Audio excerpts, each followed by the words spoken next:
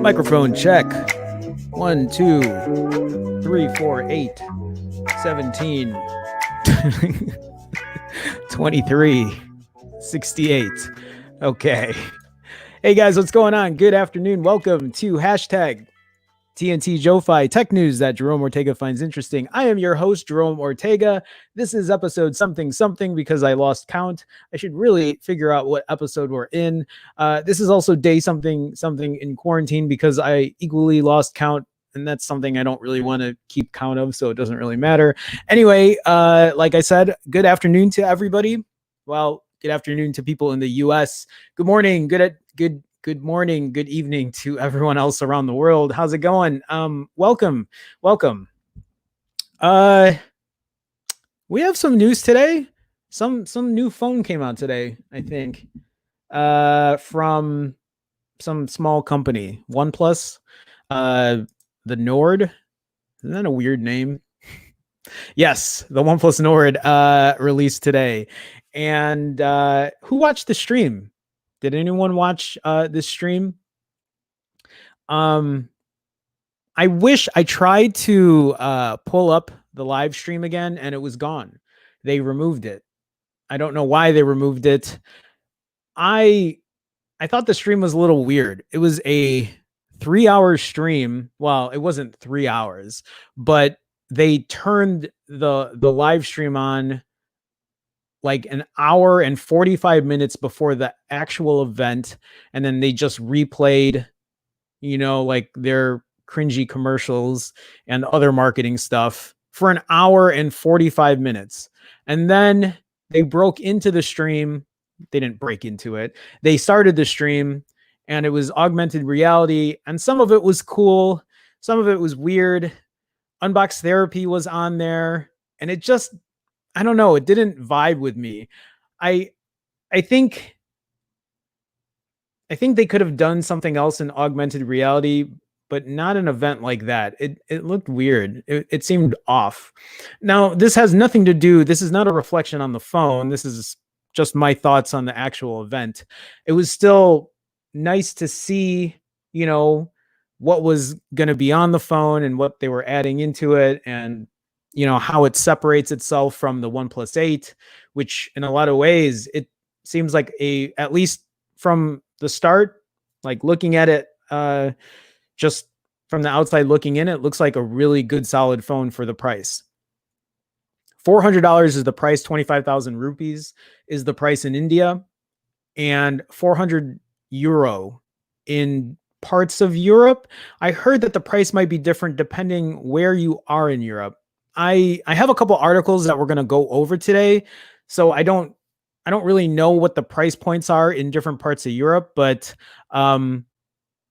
I know there are a couple people in my stream that are from specific parts. I know Deepak Murthy. I don't know if he's in here yet. Actually, he is. Deepak Murthy's in Italy. So it begs me to ask, would you buy the OnePlus Nord for 400 euro? I also believe it's in the Netherlands. So I wonder if that's something that Paul Hendricks, because I know he's in Italy and he's a frequent member or a frequent watcher of the stream. So I wonder if he would buy it. I guess I should ask for anyone else. Are any of you going to be getting this phone? It has been pretty obvious it's not coming to the States, to the US. I think, and I was right, all the big tech YouTubers have it. MKBHD has it. It was funny. I watched his video just to see what he thought about it. He's like, I've had this for the past couple weeks now. Actually, the longest I've ever had a phone before it, whatever. He just gets everything beforehand. There was a comment in the video where it was like, Elon Musk, we finally made it to Mars, or we finally set foot on Mars. And then underneath it was like MKVHD. So I've been living on Mars for the past couple weeks now. But they had good things to say about it. And looking at the phone again, just heads on, it looks like a really good phone. So before I get into the articles, let me go ahead and say hi to everybody in here. Big House was first in here. Congratulations for being first, Big House. Welcome to the stream. Hey, Jerome. Hey, Big House. How you doing? Nord. Exactly. Deepak Murthy. Hello, everyone. Hey, Deepak. How's it going? How you doing? Big House says he did watch it. I watched the AR version through Unbox Therapy. Oh, maybe that's what it was. Maybe it was weird for me because I didn't watch it on Unbox Therapy's channel. Instead, I watched it on... I don't know what channel that was, because I just Googled OnePlus on YouTube and that's what I watched. Maybe I should have watched it on Lou's channel to really get that experience. Maybe that's why it seemed off to me, because I watched it where you could see the AR, but then you saw Lou sitting at his desk just randomly, like sitting there. And I was like, what is this? Why is this the live stream? Okay, that makes more sense. I watched the end part of the stream. They made it in augmented reality, strange and weird. I thought it was interesting, but it just seemed off, just a little bit off. Deepak says 399 euros here in Italy, but Amazon Italy has a pre-order and offer for 369 euros. So that's right at $400 US, right? 369 euros. Is that around the $400 price point? I'm thinking. Oh, no, it's not. It's way more. $460 US. That's expensive. $399 is a good price. What's $369 then? Paul says, hi, yes, in Netherlands. So Paul says, don't know, selling my 7 Pro tomorrow. Why are you selling your 7 Pro? Oh, wait, did you reply to that? Hesitating, F2 Pro and Nord. Oh, well, there you go. You have a couple decisions. So, Paul says AR was beautiful. So I watched it on a different channel. I watched it on I watched it where they showed a little version of it in augmented reality, and then Lou sitting at his desk. Like, it would be me sitting here, and then you have the augmented reality part right here. So it was really small, and you have Carl Paypie like doing his thing, and I was just like, I can't see the phone. Okay, let's go into this OnePlus Nord. So this article from, what is this? Engadget says the OnePlus Nord hands-on, strong features at a tempting price. A lot of phone for less than $500. So Whether it's because we're clinging onto our phones for longer, that flagships are nudging past the $1,000 mark, or that the upgrades themselves are minor or overindulgent, suddenly mid-range smartphones are important. They're very important. I think they've been important for quite a while because a lot of people buy them at that price point. I don't think that's an argument there. Samsung is making a killing on its not quite flagship A series, and even Apple resurrected its iPhone SE. I mean, obviously, it's a resurgence, or at least a now primary focus on the $400, $500 price point, and maybe even $350. I could blame the Pixel 3a for this. I think the Pixel 3a is really the reason that they have been looking at this segment, this price point, more so now than not. But offering flagship caliber devices for a relatively reasonable price was many years ago OnePlus's forte. And that's true. I bought my OnePlus 3 for $359, $379. To think that if I lived in India, I could buy this phone for $399. It would be like living all over again in 20. When did I buy that phone? When was the OnePlus 3 out? 2015? 2016, something like that. But a great price. Now with the Nord, OnePlus is going back to its roots after years of steadily escalating prices and mixed success. It's a bright, big phone with loads of cameras and plenty of appeal, and it costs less than $500. Do I have your attention? You kind of do, but I can't buy it here in the US, so you don't have all my attention because I can't buy it. OnePlus Nord hands-on. I guess here are a couple pictures for it. I do really like this blue color. I would totally, if I were to buy one, that would be the color I would get. Watching MKBHD's video on it, I think he had a really good way of saying it. I don't remember exactly how he said it now, but it's a phone at a good price, at a cheap price, that doesn't really seem to skimp on a lot of stuff. It seems to have a lot of things that most people are looking for in a flagship-ish phone, without taking away too much stuff. By taking away, I mean no IP68 rating, no wireless charging, but the build quality looks high-end. The performance looks like it's spot on. Battery is big, fast charging. At least from what they're saying, the camera seems good. I'm surprised that they're putting the OnePlus 8 camera in there. How good is the OnePlus 8 camera? I don't know because I don't have one. But I was surprised that they put it in the Nord. I was expecting them to put something lesser in that phone. I think they're really trying to get people to buy this phone. And maybe they didn't include the US because they knew people. I don't know why they didn't include the US. I'm imagining because they know they could sell it in the US for more money. And maybe they didn't want to. I don't know. I think it would have done very well in the US. This phone would have done well in the US, but maybe they realized they couldn't sell it for $500 here. Maybe they realized that they would have had to sell it for $550, $600, or that it would eat at the costs of the $700 OnePlus 8. Also, I was really surprised they're putting 12 gigs of RAM in there. That's I knew that was a spec that they were talking about. I didn't really think they were going to go ahead and put that much RAM in the phone, though, which is great. So the Nord has a 6.44-inch AMOLED screen, 90 hertz display, or 90 hertz refresh rate. The same size as a $900 OnePlus 8 Pro. The Nord has one additional front-facing camera, a higher res 32 megapixel sensor, and an ultra-wide camera, and subsequently a bigger capsule-shaped hole punch. The Nord sides don't slope as elegantly as they did on the OnePlus 8 Pro, but the bezel around the Nord screen is about as thin as that found on the iPhone 11 series. There's no big chin and nothing really to complain about. It looks like a flagship phone, and it really does. It looks like a good phone.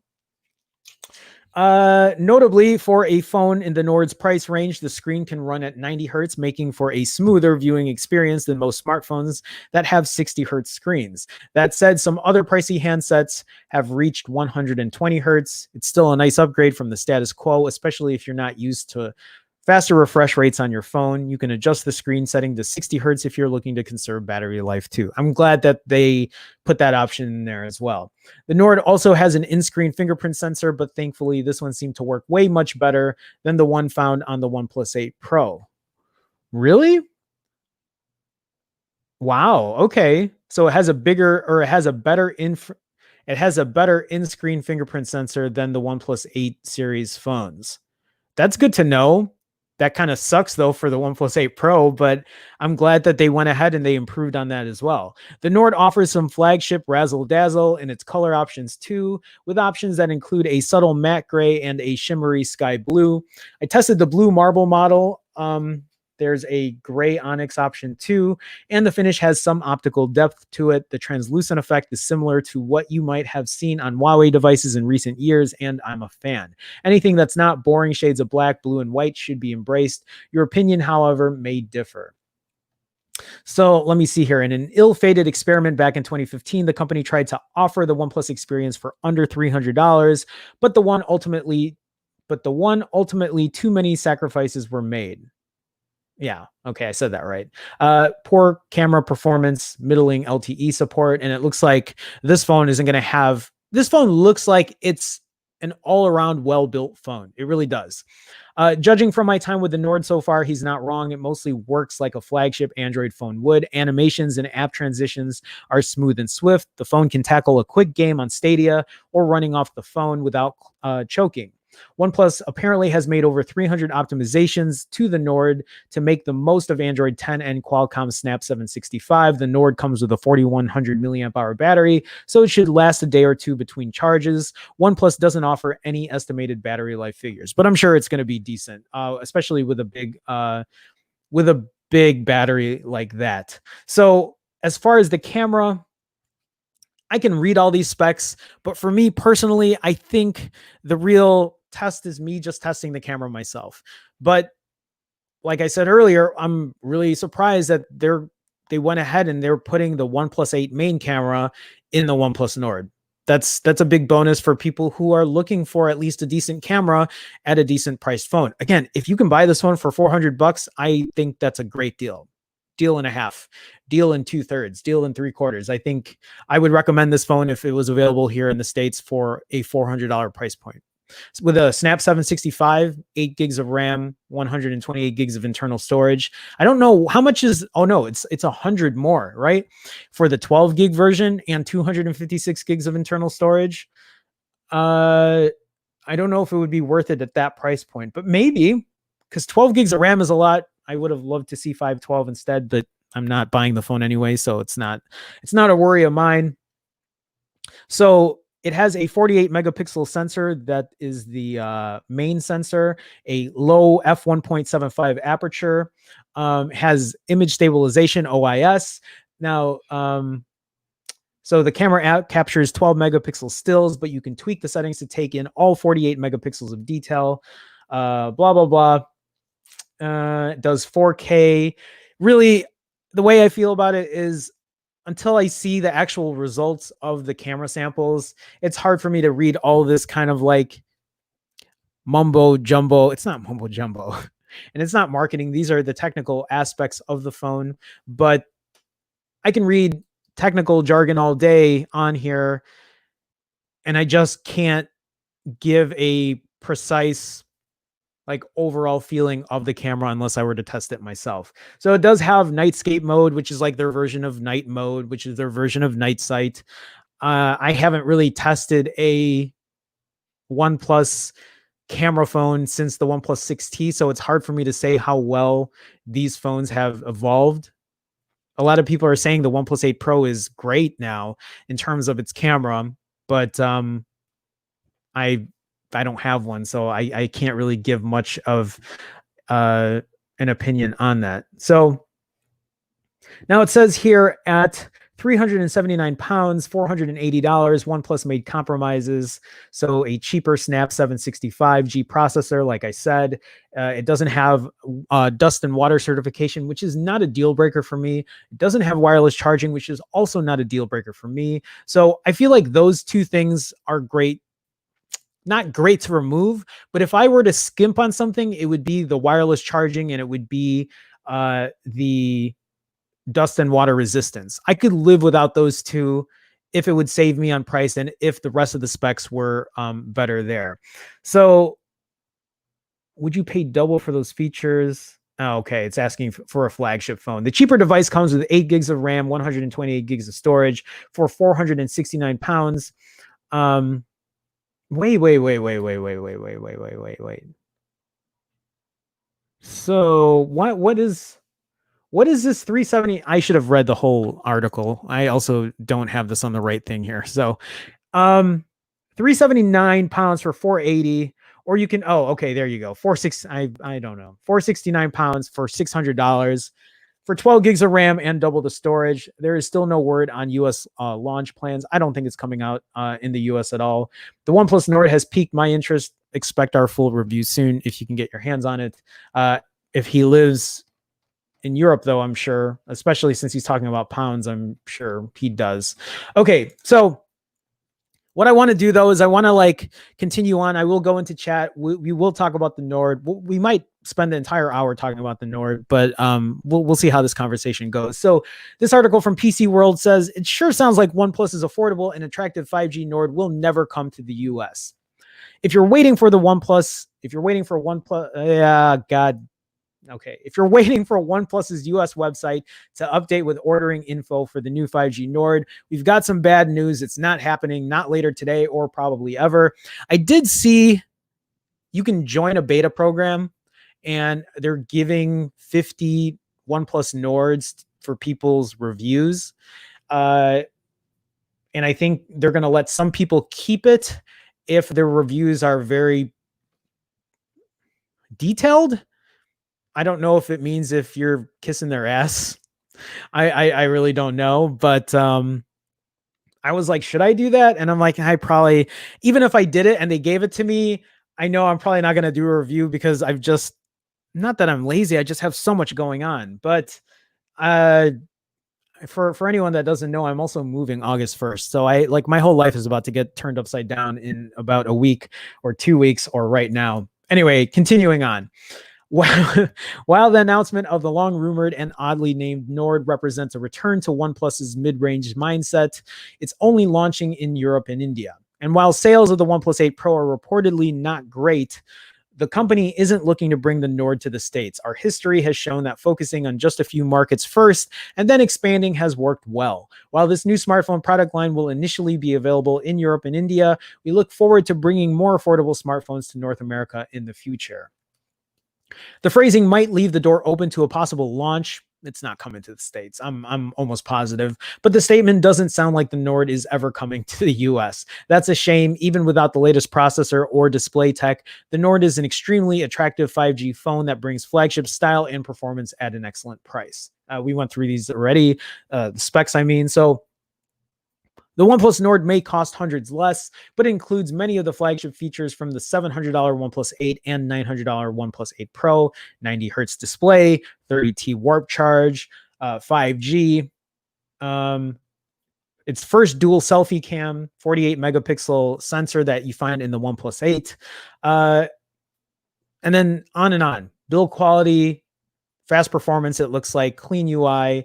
And then we talked about this yesterday. It's going to have a more unified experience when it comes to Google's communications apps, Google Messaging, Google Duo, the phone dialer, or the Google phone app, the Google Dialer app, whatever. Following the $1,000 OnePlus 8 Plus, the Nord's price and philosophy is a refreshing return to the never settle model. Unless, of course, you bought a OnePlus 8 and feel a little cheated. I wonder if anyone does feel a little cheated. For anyone that bought a OnePlus 8, I wonder if this is kind of like a stab or a punch to the gut to them. I don't know. You still paid $700 for that phone. It does have the same camera, so maybe it does in a little way. I mean, same amount of RAM, internal storage. The only thing different on it is it has a slower processor. And if that other article was correct, this Nord has a better in-display fingerprint reader for a much cheaper price. I don't know. Whether the Nord is a sign of things to come for future OnePlus handsets remains to be seen. But for now, US fans likely have a long wait ahead of them. So two more that I'm going to really just quickly breeze through. Maybe just this one, and then I'll go into chat. And I'm just going through these articles to make sure I don't miss anything. So OnePlus announces Nord Snap 765 at €399. Oh, and this is just the actual tech spec sheet from AnandTech. So, they're talking about here the differences between the Nord and then the 8 and the 8 Pro. We've already gone through these, so I don't think we need to go through these again. Spec wise, 760. Okay, I'm not really going to go through this. There's no point in going through this. The next article after this, though, talks about, is the OnePlus Nord a better deal than the OnePlus 8? But we'll go through that in a second. I want to go ahead and break in because 25 minutes in, I want to talk to chat and say hi to everybody. Say what's up. Let me scroll up here. I see a super chat from Brian. Always got to give that priority. Brian with the $1 super chat. Brian, what's going on, man? Welcome to the stream. Thank you for the $1 super chat. Thank you for the continued support. Thank you for being a moderator and taking care of the people in the chat. Appreciate it so much. Sorry, I'm not trying to rush. I know there's a lot to cover, so I want to get through everything. Let me go ahead and go back down here. So, Deepak says €369 is around $425. So yeah, if you can get that phone for $425, I think that's a pretty good deal for €369. Paul says they built an app for it. You had to download it, no subscription whatsoever, which was nice. Oh, there you go. Well, thank you for sharing that. OnePlus One was 2014. So when was the OnePlus 3? That's what I bought. I didn't buy a OnePlus One. OnePlus 8 has an okay camera, nothing special. The same old 48 megapixel sensor used in many Chinese phones. That's kind of what I was thinking. I don't think this camera is going to be anything spectacular. Maybe it'll be better when you're using Gcam, but I don't think it's anything What am I trying to say? I don't think it's a breakthrough kind of, but I don't think people were expecting that either. I think that still begs the question. Would you buy this phone knowing that it has an okay camera, or would you buy whenever it comes out, Google Pixel 4a, even though it has a lower chipset, lower processor in it, and probably not the same build quality as this OnePlus Nord? Kind of have to I'm trying to show the image of weighing the balancing act of this. Paul Hendrick says 7 Pro out because the curves, and though I tinkered with kernels and ROM battery, plus I don't see the difference between 60 and 90 hertz. Is something wrong with me? I don't think there's anything wrong with you. It's something I don't really notice on my Pixel 4 either. Sometimes I do.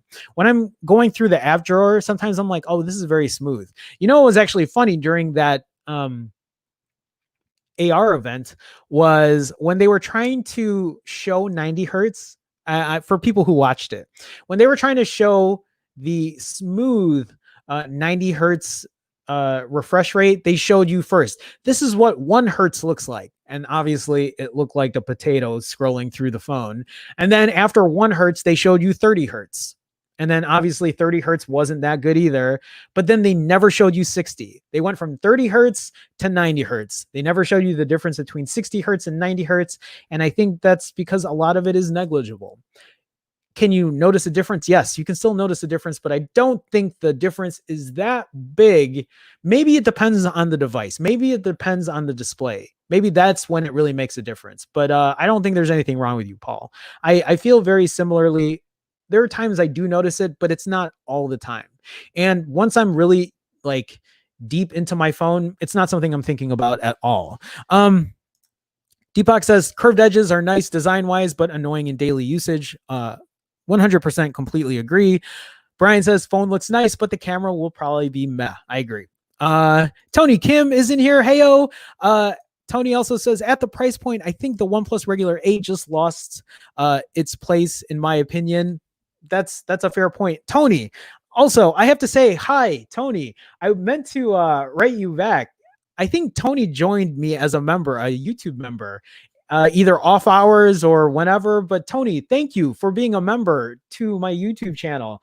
I think you had messaged or you messaged me on Telegram and I haven't had a chance to respond as well. But Tony, thank you for being a member on YouTube. I appreciate your support, man. Thank you for making it to the stream. I can't remember if you made a stream before or made it to a stream before, but thank you for joining. Thank you for being part of the stream. Thank you for being on here live. Also, thank you for your support. Thank you so much. Big House says, yep, 128, 8 gig. Okay. 399 euro, 265, 12 gig, 499 euro. Thank you. Tony also says, as a OnePlus 8 Pro owner, I'm jealous the Nord gets 4K front-facing ability and the pillbox cutout doesn't bother me. Does it bother you on your Huawei? It doesn't. It's not something I notice until like, I think it becomes apparent when it like blocks the top part of the screen out, but I don't really notice it. I've gotten used to it. So it's not something that I have on my screen where I'm like, man, this is in the way. So you're right. Does it mean that I want it there? No, I would rather not it be, I would rather it not be there. I've said this many times. I'd rather have a pop-up camera. I still think that's the best way we can do it for now until they put one under the display, but it isn't a deal breaker. It's not something that I'm looking at and I'm like, I hate this thing. I wish it wasn't here. So, yeah. Okay. Brian also says, guess it depends how much you value the Snapdragon 865. That's a good point as well. Six says, saludos, Ortega. Saludos, Six Luis. What's going on, Six? Welcome to the stream. Nice to see you, man. Nice to see you here. Paul says, yeah, back to the good old 5T for a few weeks until camera results come in. There you go. There you go. So let me scroll back down here. Darkman, X2G Darkman, what's going on? Welcome to the stream. No Nord for us, or no Nord for US. Yes, no Nord for us, meaning me as well, and no Nord for the US. Brian says Jerome's been Gap City lately. Opportunities for clips. Yeah, a lot of clips. Paul says after 3.5 years, charging in like 30 hours with a six-ish screen on time in beginning, easily 8 SOT. Tony also says, I'm curious about its power efficiency with the 765G and OnePlus software. I'm willing to bet it's pretty good. If OnePlus does anything right, it's their performance. It's the smoothness. It's the no lag scenario on OnePlus phones. Something that I give OnePlus credit for day in and day out. If anyone was asking me for a phone and their priority was no lag, like a good experience, and they didn't care about the camera, OnePlus would be my recommendation all day. I'd recommend that phone day in and day out if camera was not their priority. It's very funny though, because a lot of people that I had initially recommended OnePlus phones to, eventually camera became an issue for them. Eventually they said, no, I want a good camera now. Like, this thing sucks taking pictures at night. And like, I'm not talking about newer OnePlus phones. I'm talking about like back in the 5T days, or, the OnePlus 5 or whatever, older OnePlus phones. A lot of people like that smooth, well-performing phone, but they also want a good camera. And that's why I think if OnePlus can keep nailing the camera part down, as well as everything that they put on their phones, they're going to have success in their lineup day after day. All About Everything says, we already know this. You won't be getting it in your country. Haha, only India. Yeah. So why are you saying it again? Unless you're just here to troll, which if you are, that's great. You can keep doing it, and I'll take care of that swiftly. Tony says, I hope they can port the Google Dialer to the 8 series. So that's the only thing that's missing, right? I know that people, I clipped that video yesterday. I said the one thing about OnePlus unifying the communication services is that they're able to put, it's good because now it's going to have the dialer and Duo and Google Messages, but you could still take your older OnePlus phones and put the Google Messages on it. You're able to put Duo on it. The only problem is you're not able to really get that dialer. I think there are ways of getting it, but it's not the most, it's not a straight, easy way of just uninstalling the old phone dialer app and then reinstalling it. But, like that's a nice thing though about like the Nord. It's not going to have any of those extra apps. You're not going to have to worry about seeing two dialer apps on your phone. You're just going to have all the Google ones in there, which I think is great. So let me see here. Let me scroll down. UFS 2.1. Yeah, you guys are talking about. Oh, that's on the Nord. On the Nord. Right. Uh, Tony also says, I'm super happy with Gcam performance on my 8 Pro. There you go. I bet it'll make the Nord cam really shine, not pixel level, but still priced very competitively. And I agree. When I switched my phone hertz to 60, my my eyes bled. Tony also says, no worries, I lurk. Well, thank you again, Tony. Appreciate it so much. All right, let me scroll down here. Senor, am I saying that right? Unless that's Senor. Senor Rompeculo. So whack, the Nord isn't coming to the US. I agree. All this waiting for the announcement only to end up with disappointment. But if you've been on, I don't know if you've been watching my streams. I don't think I've seen I like your name. I don't think I don't know if you've been on this stream, but I've been talking about it for a while that it wasn't coming to the US. And if it was probably going to be really expensive. At one point, they were saying if it does come to the US, it might be priced at $550 US. And at that price point, I don't know if it would be worth it. I really don't. Although it has pretty good specs. It really does. 6 is I know. All right. Anyway, let me see here. Big House is saying, yeah, I wish it was, I'm wishing it would come to the US. Can't justify why they omitted it. Our US friends, I have no idea. Brian also says, did anyone see that Lavoie was working with Adobe on a universal camera app? I did. I didn't really read the article. I have it up here. It's one of my articles for today. I don't know if I'm going to have time to get to it, but we'll see. So let's go ahead and let's continue on and let's talk about this article from Android Authority. Actually, yeah, let's do that. Let's do that really quick. So I'll ask chat as well. Talk about this in chat if you want, but is the OnePlus Nord a better deal than the OnePlus 8? And I think the answer here is it depends. It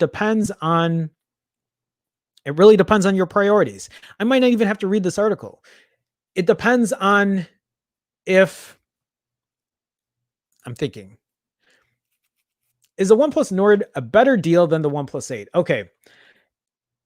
If raw performance is a priority for you, then the OnePlus 8 is a better deal in that regard because it has a faster processor, has a better SoC with a Snapdragon 865.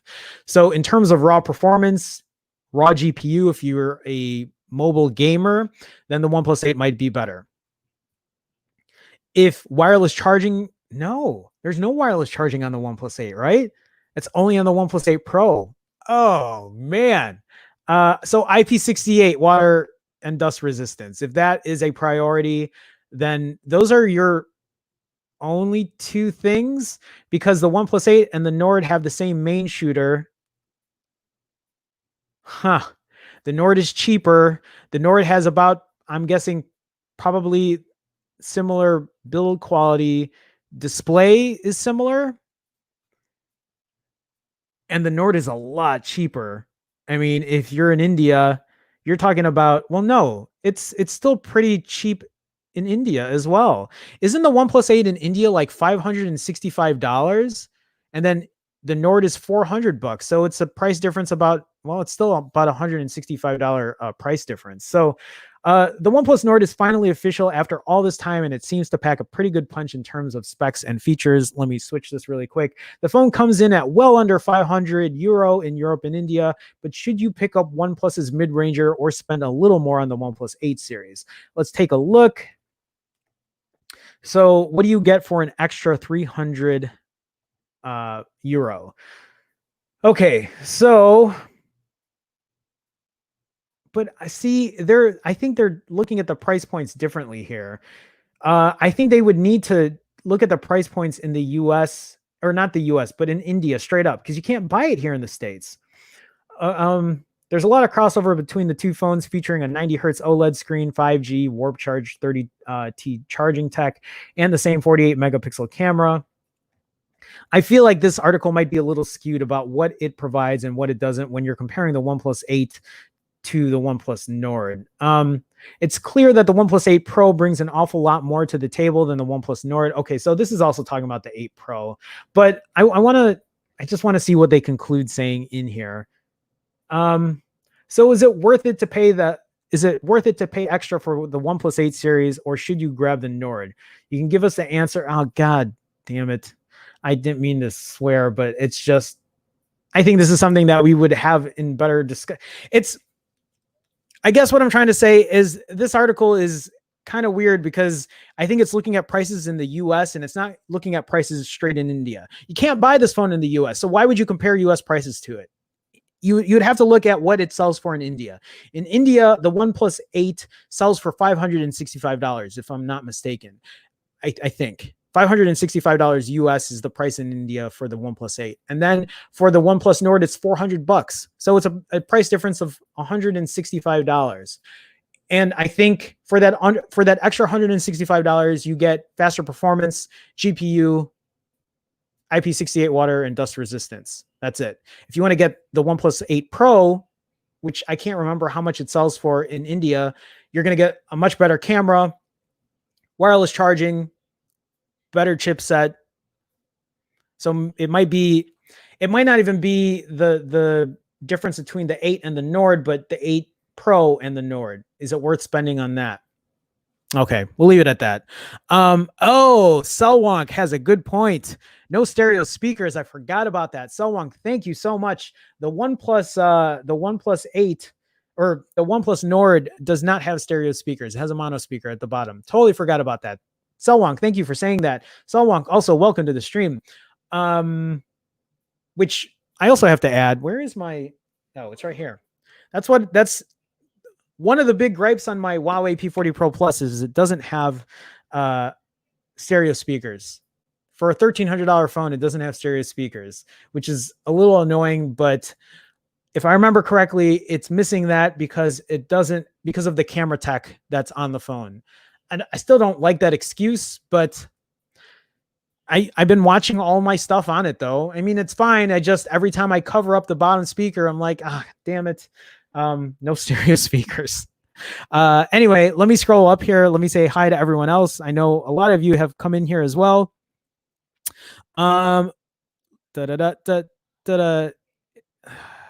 Sorry, I'm making sure I didn't miss anyone. Senor, not going to say this name every time. First time on the live feed, but wouldn't you think they'd release it in the US at least to compete with the iPhone SE and Pixel 4a? Yes, great point. I really think that's what they should have done. My thing is so I read an article. I went through an article that said the reason that they're probably not bringing it here is because OnePlus is taking a price hit on selling this phone. They're not making money off of it because they're selling it at such a cheap price. And I'm not saying that they shouldn't. I feel like bring it to the US. Price it at, if this phone came to the US at $400, this phone would have sold out. I would have pre-ordered it, day one. If I knew it was going to have these specs, it was going to have that kind of build quality, I'd probably buy it for $400. I think that's a great price for the phone. Throw Gcam on it, you'd have me having a camera comparison that would probably rival what higher flagship phones would have, although maybe not so much at night, but still a good price at $400. I don't know. I'm just guessing they figured maybe they just either couldn't keep up with production, or they didn't want to take that price hit. They just wanted to get everybody in the ecosystem, and they knew that it would kill in sales in Europe and India. And I'm guessing specifically India. And I'm saying guessing because I'm assuming that I don't know what it is. Maybe I just hear it a lot, or I see articles. I could be wrong, but I feel like the market in India, they're not wanting to spend $1,000 on phones, but I don't think anyone really does. But maybe phones sell more for $1,000 here than it does in India, and so they're looking at that specific market. John is in here as well. John, welcome to the stream. At this point, the OnePlus is going to make the OnePlus 8T. I can see that. John, welcome again. Will's in here. What's up? You're just saying what's up to Brian. You're not saying what's up, Jerome. Will, welcome to the stream. Nice to see you, man. Welcome, welcome. Tony says for gaming and more recent emulation, the 865 is king. There you go. If you're just if you're just on social media apps, then Nord is a tremendous value. If you're just using, is what Tony's saying. That's a great point. I really think the 865 is more or less for raw performance, for gaming. If you're a mobile gamer and you're going that route, I think that's what they, and I'm not saying that we shouldn't have 865s on our phone. We should. I just don't want to buy a phone at ridiculous prices. But who am I to talk when I have this phone? Um, so yeah, that's hypocrisy at its finest. Okay, so let me see here. Deepak says the Nord is around $150 to $200 cheaper than the 8 Street price. There you go. Brian says, yeah, if the Adobe camera app is good, pixels are DOA. I want to talk about that. I hope I have some time to talk about that today. Tony also says, I like the camera layout better on the Nord as well, but that's just my personal preference. You mean on the top left? I like that too. I think I would rather have that than the center. I don't know. Maybe I'm not picky. I don't think I would really, actually, I don't think it would be a big deal to me either way. All right, let me scroll down. Sorry, guys, I'm not going to be able to get through every single chat here. Vizikos, welcome to the stream. Nice to see you. Hello, hello. It's been a minute. Welcome. The 7T is the real competition. Lack of 5G is not that important for me, and it's not for me either, and it shouldn't be for a lot of people, and I think for a lot of people. Yeah, the 7T versus the OnePlus Nord. $400 versus $500. I would have to like dig down and look at that, but that's a good price point as well. What does it sell though in other countries? The 7T, is it also $500 US? Just wondering, just curious. Will says pixels are already DOA. Just going to be the hospital to be pronounced. Pixels are on hospice. Will's always being savage with the pixels. Deepak says, I also love stereo speakers. My cheapo Moto G8 Plus has very powerful stereo speakers. I love stereo speakers on phones. Every phone should have one. I really, yeah, I agree. Tony also says, I hope instead of burning to the ground, my hopes are it'll make Google innovate more, but it is Google we're talking about. Google always screws up. Will says, what's up, Jerome? I want to talk about this real quick. Google always screws up. I didn't want to think this. I'm gonna full screen here real quick. I didn't want to think this. This is something I think I've put out of my head for a while, and I think this is because my Google bias has always been there. Yes, I wear a Google bias on my sleeve. Google is the company I've always wanted to see kill it when it comes to their phones. The Nexus phone, the Pixel lineup, I just want Google to kill it. That's how I've been for a long time. And then I got the Huawei P40 Pro Plus. And it's really changed my mind about a lot of things. It's changed my mind about vanilla Android. Not that I don't want vanilla Android. I still like the vanilla Android experience, which is why I threw lawn chair on my Huawei P40 Pro Plus. But I have learned to live without a lot of Google services. And I've actually been fine with them. I've learned to live without a lot of them, and it's been fine for me. Having the Aurora App Store on this Huawei P40 Pro Plus has been a godsend. I've been able to download everything I've needed on this phone. 99%, not everything, but most everything I've been able to use on it fine. The one thing I love about this P40 Pro Plus is the build quality. It is bar none the best build quality I've had on a phone. The performance, the camera, it's all great. Like, I still have to put a camera comparison out. I'm so sorry, guys. I'm working on figuring my schedule out so I can do that. But here's the thing. So with Google, I think I talked about this with Brian. I was thinking about it. So my Google Pixel 4, which is, where is it? Oh, it's right here. My Google Pixel 4, which still has battery. That's good. The Google Pixel 4 let me down this year because I paid $800 for a phone that had a subpar camera on it, right? Or subpar camera, a subpar battery. Camera's still excellent. Still isn't to, at least for me, still isn't to the standards of where my iPhone 11 Pro is. But for my Google Pixel 4, it really let me down in terms of its battery. The price was very expensive. The face unlock wasn't the best.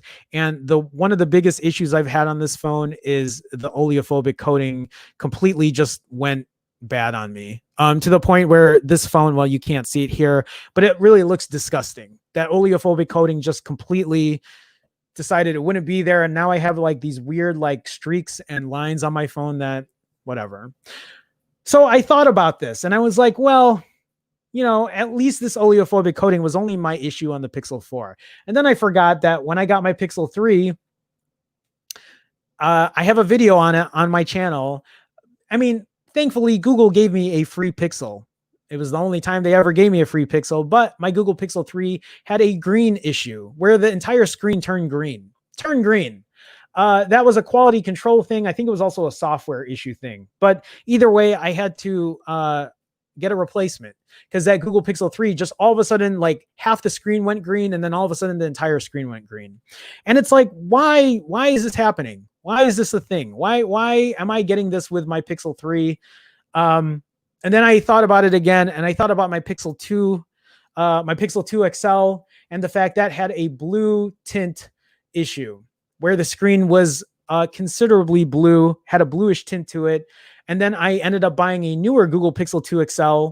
Google Pixel 2 XL is what I mean. And that didn't have a blue tint issue. And I made a video on that. The Verge picked up that article. They talked about my video. It was great. And then I was like, man, why is it every year I'm having an issue with Google phones? Why does it have to be this way? And then I realized that I think I've been wearing blinders for a long time.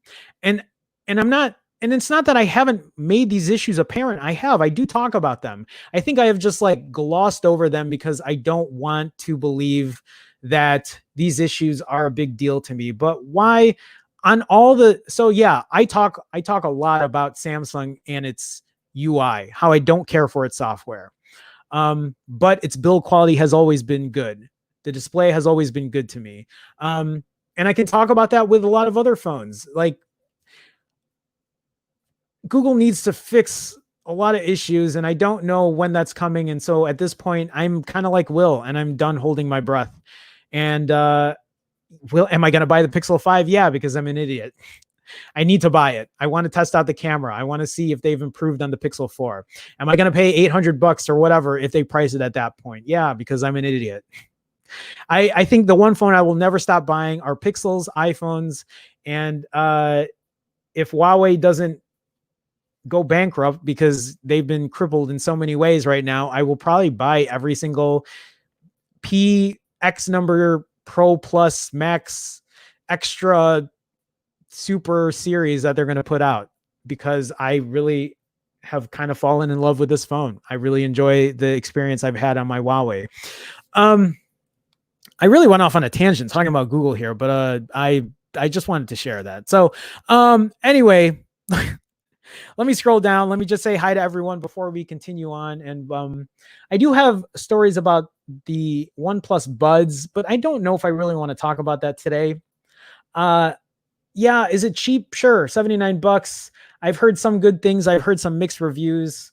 Am I going to buy them? No. So I don't know. Maybe I'll talk about them on another stream. So let me see here. Hopkins is in here. Hopkins says in China, OnePlus 7T is $400. So that's a great deal too, to have it there. Hopkins, welcome to the stream, by the way. Nice to have you. Jay Smith says, I have 100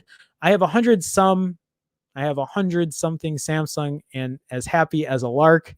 Jay Smith, welcome to the stream. Nice to have you. I don't know if I've seen you before, but welcome.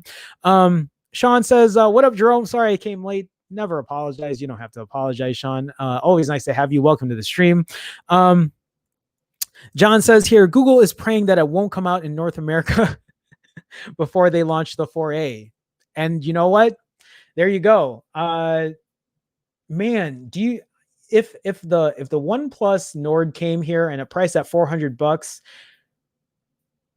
at least the iPhone SE would have some competition. And right now, the iPhone SE has been enjoying having zero competition at this point.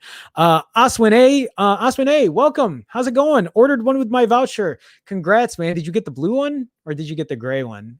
Just curious. But did you get it at the $400 price point, the $400 US price point? I don't know where you're at. I can't remember if you said you were from Europe or India. I'm assuming it's one of those two places since that's where they're going to be selling it. But congrats. Sean also says, will Google persuaded the US government to ban OnePlus from dominating the budget game? Find out on Dragon Ball Z. Tony says, all the Pixel issues kept me from ever getting another. Last one was a Pixel 2 for me. Still running too. Will says, LMAO, yeah, because I'm an idiot. Senor says, I don't get what Google is doing with this Pixel 4a and 5. Like, why don't you release the phone? None of us know. None of us really know. Okay. Also, why are the 4A and 5 so similar? Like, would the extra couple $100 be worth it for the 5? And that's something I've talked about in the past. I've talked about this in the past. I think doing this, and we've said this, would cannibalize the sales of a lot of the Pixel series. I think they're not doing enough to differentiate the 4A and the 5, but maybe they will. Maybe the camera on the 5 is going to be so superior that it's going to knock Huawei's phone out of the water. It's going to knock the iPhone 12, but I don't think so. And like we were talking about earlier, what if this this new collaboration with Google's engineer and Adobe, they make well, we'll see. I really don't know much about it, so I want to talk about that. Okay, so Sean says smash that like button. Thank you, Sean. Appreciate the support. Gandek, welcome, Gandek. Welcome to the stream. I hate how they market the Nord as having 4 cameras, the other 2 macro and depth. I'd like to call BS cameras since they are basically useless. Many Android OEMs guilty of this. That's also very true. Having that depth camera isn't really adding an extra camera in there. But you're right. At the most, technically, it's a triple camera. Technically, it's a triple camera, having that macro in there. But most people are just going to use the 2 cameras, the regular shooter and the ultra wide, and that's it. But yeah, a lot of people are.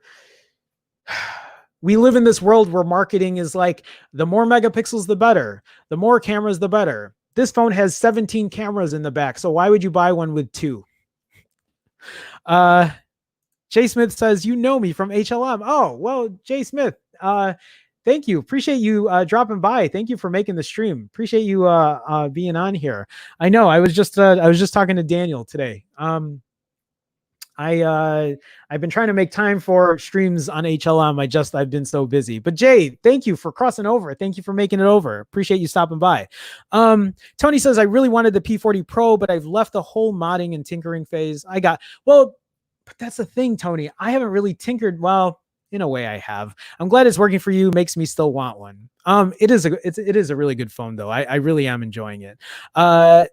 So let me scroll down here. Big House says the iPhone SE won't have any competition now that there's no Nord and Google is being stubborn. Right? Exactly. Deepak also says iPhone SE is already crushing sales in the sub $500 category. They've really taken the market. Apple has really, I feel like, taken that market under $500. I mean, $400 for the phone is a great deal. It really is. Paul, my famous words, we'll see. Tony says, yep, Google better come up with some mind-blowing tech with the 5 camera. So let's go ahead and transition into that. But before I do, God, I'm already running close to the hour, but I'm going to stick here and we're going to talk about Adobe and Google. Before I continue on though, really quick, for anyone in the stream, if you guys have not had a chance, please hit that like button. I know that sounds like marketing BS, and it is, but it is a way to help support me and my channel.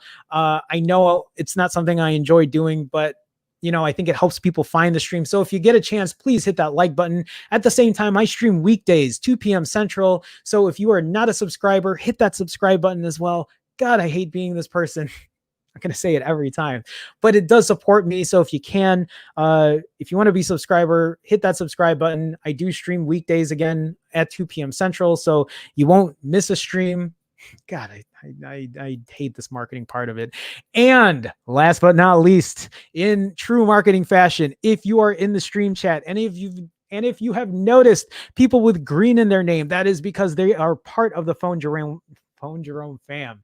And you can be one too for as little as 99 cents a month. All you got to do is click this little join button that I keep circling around and around, and you'll get the green in your name. You'll get the red Chicago star. You'll get to use custom emoji, and you'll get your name in every single one of my intros and outros of my live streams. And I also apologize to Darkman X2G, and I apologize to Tony Kim, because I need to add you onto my live streams. Your name's in there. They will get on there. I promise you that. I promise you that. Tomorrow, I promise you. If it's not on there, I don't know what I'm going to do, but I promise you it'll be on there tomorrow. Anyway, if you can't find that blue button, you can just go to youtube.com/phone Jerome /join at the end of the day. I really appreciate, oh my God. And I got a super chat. So either way, guys, before I close that out there, I want to thank everybody for supporting either way. Liking, subscribing, even sharing, or being a YouTube member is appreciated. I know times are tough, so whatever way you guys can help and support,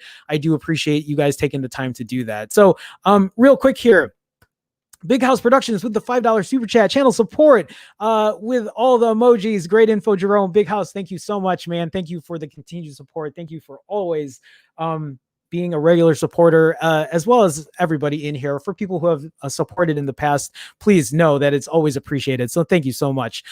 Will says, Jerome, why don't you apply for the Nord beta review thing OnePlus is doing? Yeah, I talked about that, Will. I talked about that earlier. So what Will's talking about is I can apply for the beta review. They'll give me a phone to review.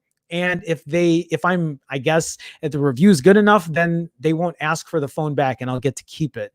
My worry is I'm not going to do the review. Just like when TCL gave me the TCL 10 Pro and I'm still sitting on that phone, I still owe them a review. I feel so bad. That's what I'm afraid is going to happen. But I'm trying to change things around with my schedule. I'm trying to free some stuff up. I've actually had to say no to a couple projects and some work stuff so that I can make more time for my channel. And so if I do that, that will give me time to focus on this again, which is initially what I've been trying to do. So anyway, Will says, wow, SMH. I know. Anyway, let's continue on. I want to talk about this before I go. I want to talk about, and I don't know anything about this. I just saw a couple articles and I'm like, okay, let me read into this because I need to figure out what's going on. Adobe. Okay. Let me talk about this first. If you don't know what Adobe is, I don't know where you've been. Adobe is one of the leaders when it comes to camera, photo editing, video editing. Adobe does a lot of great stuff for people who are looking for higher production work. I edit all my videos in Adobe Premiere Pro. I use Adobe Lightroom to edit all my photos. I'll occasionally use Photoshop. I actually use GIMP. That's something I used before getting into the Adobe Creative Suite, but Adobe GIMP's a free version that's similar to Photoshop. But I use a lot of Adobe products, and it looks like well, it says it right here. Adobe hires Google Pixel head for universal camera app. Surprisingly, I got this article from Apple Insider, which is why would I pick that one? But whatever, let's roll with it. So, also just an FYI, not too long ago, the head of the Google Pixel camera, whatever you want to call it, department or whatever, left not too long ago. And it looks like what a great collaboration. Is one of the leading companies that works with photography and videography hires one of the great top people who has worked with AI that has made the Google camera app the way it is today. So let's read about this. The lead developer of the acclaimed camera software in Google Pixel phones, Mark Lavoie, has joined Adobe to work on its computational photography apps.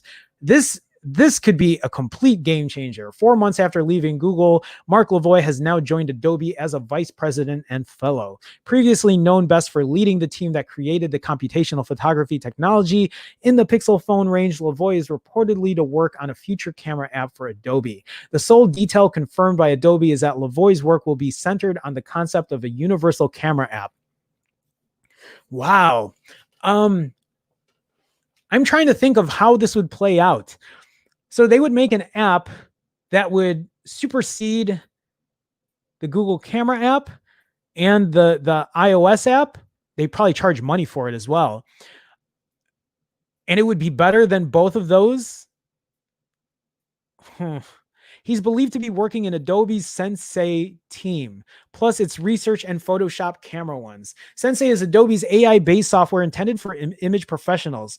Wow. I haven't even used any of these apps for mobile yet. I just use everything on, my PC because I just, I'll edit because I shoot with my DSLR. I don't really do much editing on any of my smartphones. Maybe I will just to start testing it out, but it's not something I spend a lot of time on. Adobe has not yet clarified whether its phrase of a universal camera app means one that runs on iOS or and Android. Okay, so, but I'm assuming they're probably going to work on both. The company is also involved in working with DSLR cameras, and it's possible that the intention is to provide some kind of platform for those. Lavoie, though, is particularly known for how his team on the Pixel was able to leverage software to produce higher quality images than some rivals using extra hardware, such as more lenses. Here's something to share too. So for those that don't know, essentially on on Google Pixel cameras, on Pixel phones,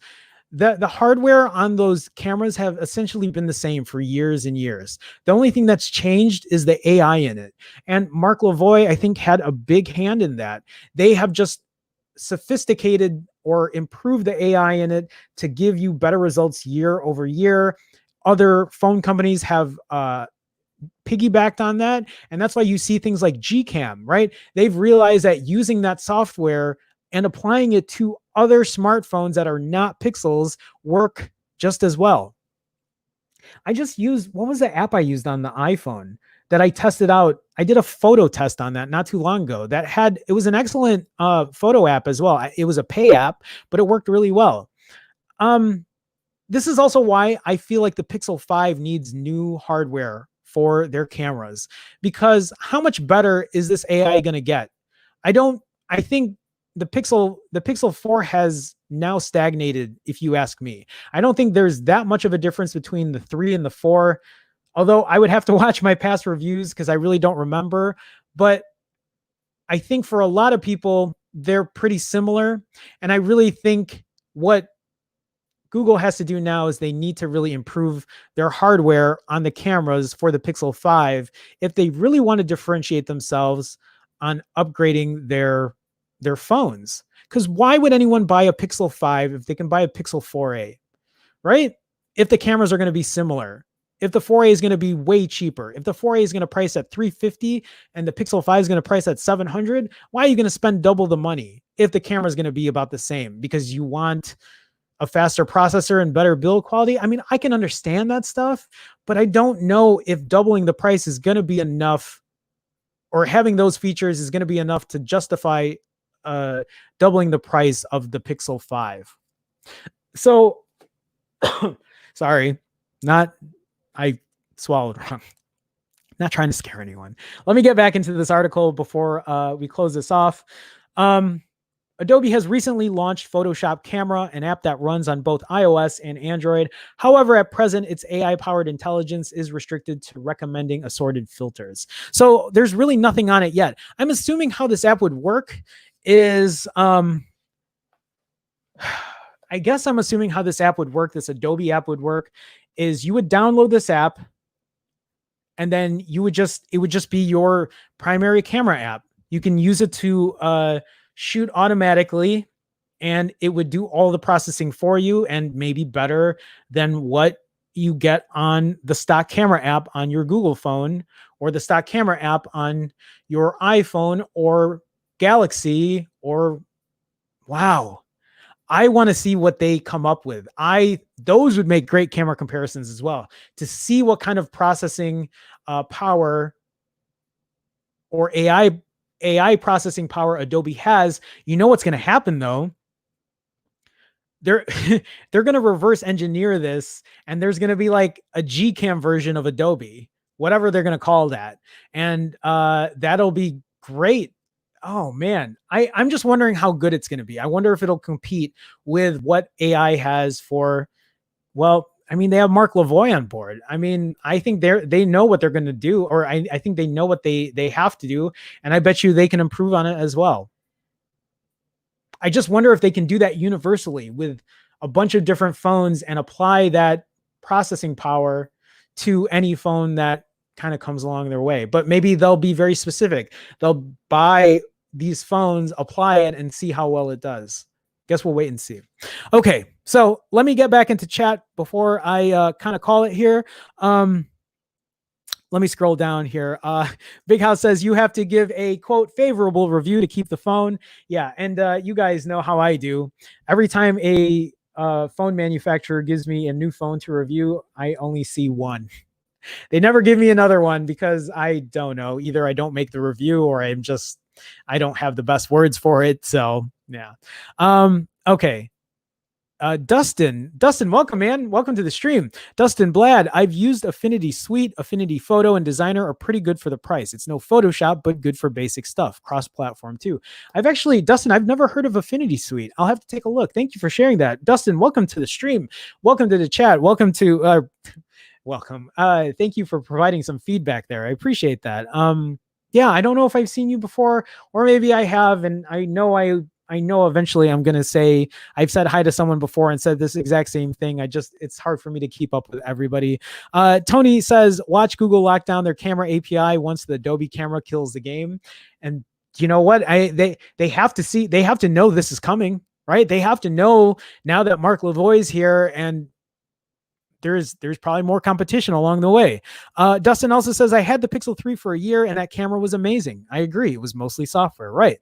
Hackney Man, did I say hi, Hackney Man? Hackney Man, welcome to the stream. If I didn't, sounds like, I missed a good show. Hashtag replay squad. Hackney Man, welcome. It's all good, man. There's always going to be more streams. This is always going to be a daily thing. Mauricio Salazar Rosas. Hi, Jerome. Hey, Mauricio. Welcome. Nice to see you too. Sorry you guys are coming so late in the stream, but I appreciate you guys stopping by. Let me see here. Will says, LOL. Good. We'll buy Adobe and kill the project. Or Google will buy Adobe and kill the project. Deepak says, just imagine a new sensor with that amazing software processing. Yeah. Man, I'm really looking forward to seeing what they can do with it. My thoughts exactly. And terrible battery. Let's see here. Will says, Osterlo says, oh, the Pixel 4 sucks. Let's put it out. Pixel 5, same thing. Hackney Man says, missed the top of the show. Too busy watching Arsenal lose. Sorry about that. Sorry they lost. What was the general feeling about the Nord and its single mono speaker? So Selwonk actually pointed that out. I forgot about that. We talked about the speaker as well. I talked about how having stereo speakers, at least for me, is one of the top things I look for. That is an unfortunate con on my P40 Pro Plus. You can see here, low battery. It's at 11%. If you guys didn't know, the other day I talked about how I got 9 hours of screen time on this battery. But anyway, to circle back, I think the OnePlus Nord is going to be, I think it's a good phone. Like, if it prices at $400, which it is, just not here in the US, I think I watched Marquez's video on it just because I really wanted to. I don't watch a lot of tech videos, but I watched his. And I think he had a good way of saying that it fills a lot of check boxes, and it kind of gives you a lot of good stuff, not the greatest stuff, but it does a lot of things right without compromising anything big. So good build quality, big battery, fast charging. Yes, it doesn't have IP68 water resistance. It doesn't have wireless charging. The camera seems decent. I don't really know how good it's going to be, but I guess we'll see. But for a $400 price point, good performance, clean UI. I think they have a really good product at a $400 price point. I think I would easily recommend that phone for someone that doesn't have camera as their top priority, or at least for someone that says, oh, like camera isn't the biggest deal for me, but I could live with one that isn't the best. I could probably recommend that phone. I feel like that checks a lot of boxes that a lot of phones at the $400 price point do not. So anyway, Hackney Man, again, welcome to the stream. So let me see here. Mauricio also says the best of mid-range this year has been the Realme X3 Super Zoom. I'll have to take a look at that. Thank you for sharing that. And the OnePlus Nord, they are best in their class. Thank you for sharing that, Mauricio. So yeah, that is unfortunately our show today. I feel bad. There were so many people in the chat here, and I feel bad for having to close that off. But you know, it is an hour show. You guys should come at the top of the hour at 2 p.m. Central, and we can do this again. But I will be back tomorrow. If you guys don't know, I stream weekdays, 2 p.m. Central. We do this show every weekday, and we'll have more tech to talk about. So before I go, I do want to thank everybody. If you guys haven't had a chance, please do me a favor, hit that like button. I know it sounds cheesy, but I appreciate the support. If you guys are not a subscriber, hit that subscribe button. I stream again weekdays, 2 p.m. Central. Come back tomorrow, 2 p.m. We'll do it all over again for an hour. We'll talk about tech. We'll answer questions. We'll talk in the community. Guys, thank you so much for the support. Thank you for all the super chats today. Thank you for all my patrons. Thank you for my YouTube members. Thank you for always being here for the support. I love you guys. Really. I look forward to doing this. Out of everything I do in my day, I look forward to this more than anything else. And it's one, because I love it, but two, I love having a community. So thank you guys. I'm about to transition out of here. Here comes the music. Here comes my obligatory wave. See you tomorrow, guys. Bye.